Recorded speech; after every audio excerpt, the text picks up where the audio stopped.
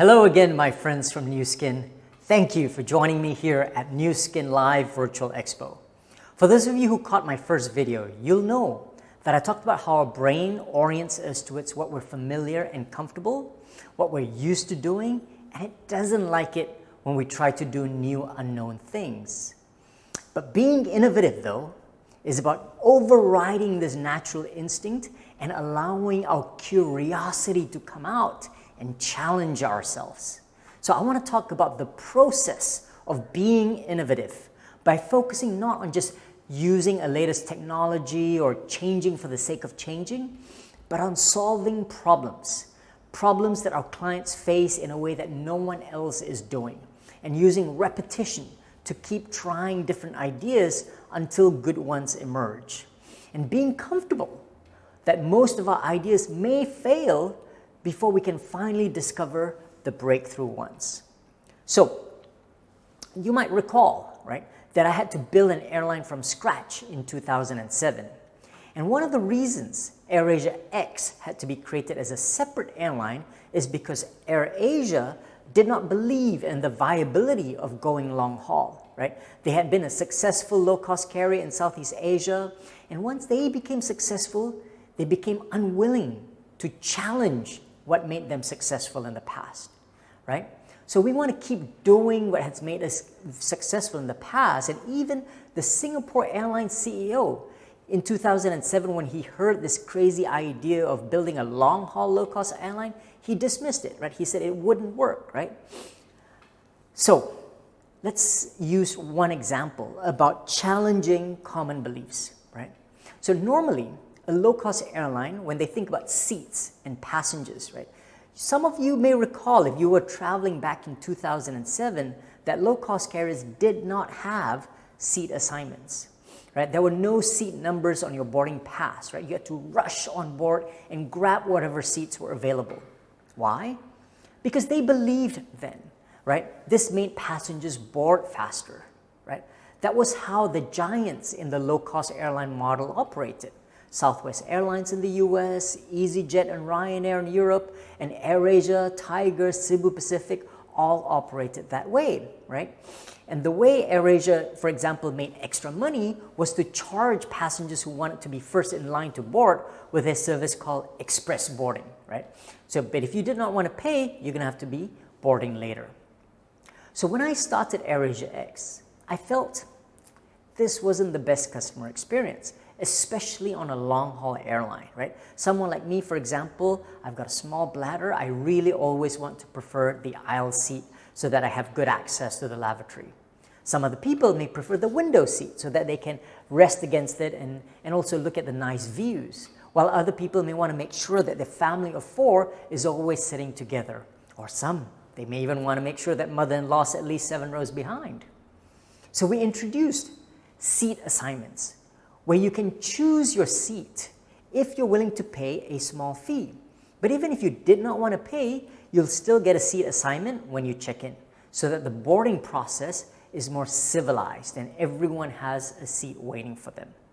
Now, we implemented this when we launched in 2007, but it took AirAsia 2 years before they too eventually adopted it in 2009. Because once you're used to doing something one way, it becomes very hard to change, even when you can clearly see the benefits of a better customer experience and more revenue. EasyJet studied us and only changed in 2012, and Ryanair followed later in 2013. So, can you see why it's hard for us to change the way we approach work if we're so used to doing things only one way? Now, even after we launched seat assignments, we still had 50% of our passengers unwilling to pay for seat assignments. So how do we come up with ideas to keep innovating, right? We don't believe in asking customers what they want through focus group interviews, because customers may not tell you about things that they've never experienced before. Instead, I believe in observing our customers and finding pain points that they may not be consciously aware of. For example, what's the first thing that you do when you sit in your assigned seat? I bet most of you are going to start to think, Will someone come and sit next to me? And if it does, well, am I going to be lucky enough to find a row of empty seats so that I can have the whole row to myself? And of course, if that happened, jackpot, you're going to be so happy on that flight. How do we know this? Because we're passengers too, and we observe what our customers do. And we know that on average, an airline is only 80% full, which means on average, 20% of the seats are empty. But we don't know beforehand which flights will have those extra empty seats and which flights are going to be sold out from last-minute buyers. Because if we try to pre-sell a row or an extra seat, we could be losing revenue from people wanting to buy seats at the last minute, and usually those are much higher fares. So we came up with the idea of selling an empty seat option, something no airline had done before. We offered our customers the chance to get 3 seats in a row, but not a guarantee, by paying a small fee up front, which is dynamically priced based on expected demand, whether it's $20, $30, or $40, for example. And on the day that you check in, if there are extra seats available on that flight, we'll put on your boarding pass 27A, B, C, so that you can confidently walk on the plane knowing that you're going to have a whole row of seats waiting for you. But if on that day, all the seats are sold in the last minute at high prices, when you check in, we say, "Oh, I'm sorry, your empty seat option is not available today," we refund you back that option price. So the customer doesn't lose when there's no extra seat, but gains a lot of value at an affordable price, 80% of the time, right? And that revenue goes straight to the bottom line for us because there's no cost. Those seats would have flown empty anyway. And no airline in the world had thought about this before. Usually, airlines tend to just benchmark and look at what other airlines do. But we focus on coming out with new ideas based on the problems that our customers face instead. Now, we didn't stop there, right? We kept thinking, what are the problems that customers have when it comes to airline seats? Because there were still people who were unwilling to pay for seat assignments or empty seat options. Another idea was to address the problem of passengers being worried that there might be a screaming baby or toddler sitting near them, especially on a long-haul flight late at night. What if we could guarantee that if you paid to choose a seat in one section of the plane, there would be no kids around you?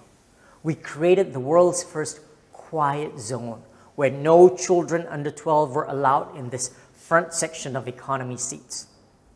Even CNN and New York Times wrote about it, but the headlines were, "AirAsia X discriminates against families with young children." But actually the parents appreciated it, because even though now they have to sit at the back sections, if anybody gives them that disapproving look, if their child throws a tantrum, they can just say, "Don't complain, should have sat in the quiet zone." Now, because we called it our quiet zone, we thought, what if we could create a special ambiance with mood lighting to designate the seat zone? And so we asked our engineers, and they dutifully got 3 quotations from aircraft lighting specialists. But each was $75,000, $87,000, $112,000 per aircraft. The latest LED technology that can change colors from red, orange, blue, green, purple, time with sunrise, time with sunset. Wonderful. But being calculative, we realized that it didn't make economic sense because our seat assignment fees were low and we couldn't sell enough upgrades to justify that capital investment.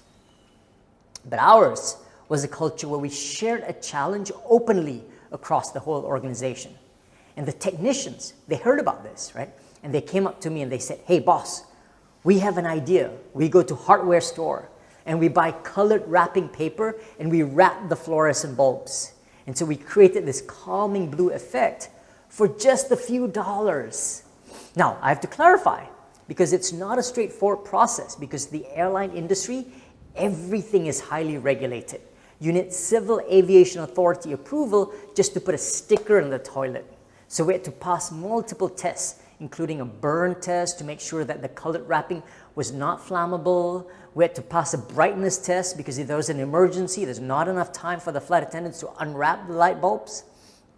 And after several modifications, we secured full certification to deploy it. See, sometimes innovation need not be high technology or costly.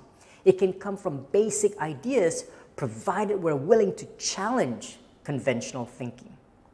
Now, while I share with you the successes, I also want to share with you the many failures. Because for every one successful idea like seat assignments or empty seat option or quiet zone, we had 8 or 9 failures. But we needed to be comfortable that many of our ideas will not work. So here's one of them, right? We thought we would be the low-cost airline, the first one to have full in-seat, in-flight entertainment systems with the latest digital touchscreen technology on every economy seat, where you can pre-order your meal straight from your seat. The order goes straight to the galley without having to wait for the flight attendant to come to you. Great idea in theory. But when we launched it, it was a big disappointment. We learned that people want instant gratification. Like when they order something, they want it now. They didn't want to wait 20 or 30 minutes for the food to come. But for the flight attendants, it became a mess because instead of going with their trolleys down the aisle, serving people one row at a time, now the orders were coming at different times, right? Row 13 wants chicken rice. Then I got to go to row 32 who wants a Coke, and row 24 wants a hamburger. It drove them mad. Now, the other reason we installed these systems was because we thought, hey, maybe we could get people to pay a small fee to watch movies. But turns out, many people refused to pay. And Hollywood studios don't trust airlines to declare how many people watch which movies. They charge us a royalty fee for every single movie title, times every flight, times every plane.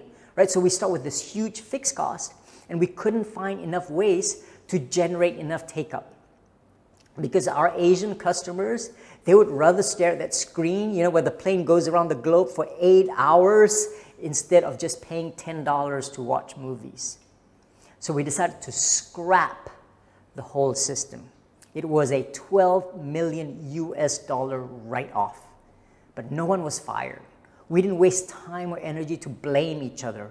We just moved on to something else.